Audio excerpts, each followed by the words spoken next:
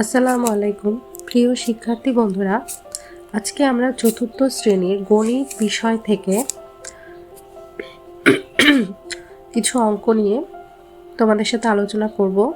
আমরা আজকে গণিত বইয়ের 40 পৃষ্ঠার 5, 6, 7, 8 এবং 9 নাম্বার অঙ্ক নিয়ে আলোচনা করব। আসো তাহলে শুরু করা যাক। একটি গুদামে 14,845 বস্তা চাল, 10,483 বস্তা গম এবং 6,958 বস্তা ডাল আছে। ওই গুদামে মোট কত বস্তা দ্রব্য আছে? যেহেতু এখানে মোট কথাটি দেওয়া আছে, তার মানে এটি যোগ হবে। সাজিয়ে লেখার পালা। একটি গুদামে চাল আছে 14,845 বস্তা। একটি গুদামে গম আছে 10,483 বস্তা এবং একটি গুদামে ডাল আছে 6,958 বস্তা। ওই গুদামে মোট দ্রব্য আছে 32,286 বস্তা। উত্তরটা আমরা এভাবে লিখব। তারপরের অঙ্কটি দেখো। এমন একটি সংখ্যা নির্ণয় করি যা 3,582 থেকে 475 বড়, তার মানে বেশি। যখন বেশি বলবে তখন যোগ করতে হবে। যোগ করার পরে আসলো 4,057। 7 নম্বর অঙ্কটি দেখো।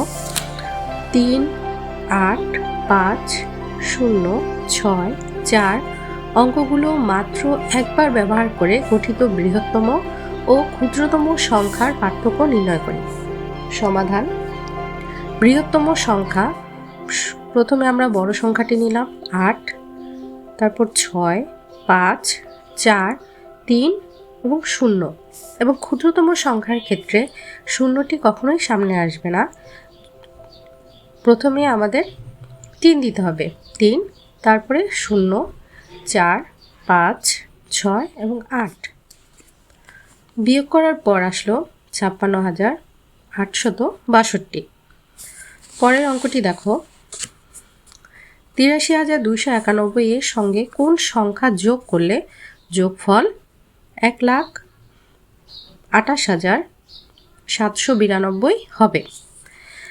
যেহেতু যোগফল আমাদের দিয়ে দিয়েছে এবং একটি সংখ্যা দেওয়া আছে, তার মানে অপর সংখ্যাটি আমাদেরকে বের করতে হবে। তাই যোগফল থেকে যে সংখ্যাটি দেওয়া আছে সেটি আমরা বিয়োগ করে দেব, তাহলে অপর যে সংখ্যাটি আছে সেটি পাওয়া যাবে। বিয়োগ করার পর পাওয়া যাবে 45,501। 9 নম্বর অঙ্কটি দেখো। 3টি সংখ্যার যোগফল 89,340। তাদের মধ্যে দুটি সংখ্যার যোগফল হলো, দুটি সংখ্যা হলো 32,074 এবং 20,889।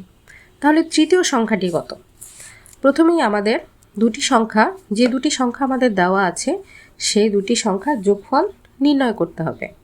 দুটি সংখ্যার যোগফল বের করার পর আমরা তিনটি সংখ্যার যোগফল থেকে আমরা দুইটি সংখ্যার যোগফল বের করেছি তাকে বিয়োগ করে দেব, তাহলেই আমাদের তৃতীয় সংখ্যাটি পাওয়া যাবে। আশা করি তোমরা বুঝতে পেরেছো। ধন্যবাদ।